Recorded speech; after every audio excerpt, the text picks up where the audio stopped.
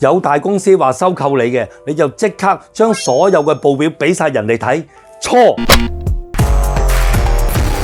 好多時候咧，你或者生意做得好或者唔好咧，都會突然間咧有啲大公司咧，話想投資你啊，或者可能入股啊，你就咧光脫脫咁樣咧去俾晒你自己嘅年報啊，賺幾多錢？其實人哋對方係咪真心想投你啊，定係想了解你嘅行業啊？而你就好似即係乜嘢都唔着咁樣光脫脫俾晒人睇，嗱，呢個一定係錯誤㗎啦。所以咧，我哋一定要問啦，點解你想投資我嘅咧？點解你會同我嘅理念方向一樣嘅咧？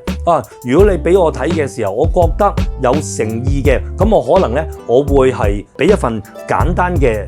面層嘅報告你，直至到你真係有興趣嘅話咧，我先可以咧再深入同你去溝通下，我點樣可以俾我底嗰盤數咁樣去睇。同埋咧，我會教你咧，最好咧，你每一次都唔喺出邊食飯啦，每一次都去翻對方想投資你嗰間公司，睇下見下佢嘅老細，見下佢哋嘅管理層，同埋佢哋咩業務，同你有冇關聯，同埋有冇誠意，咁樣你先好啲。如果唔係咧，你好多時候咧都會俾人哋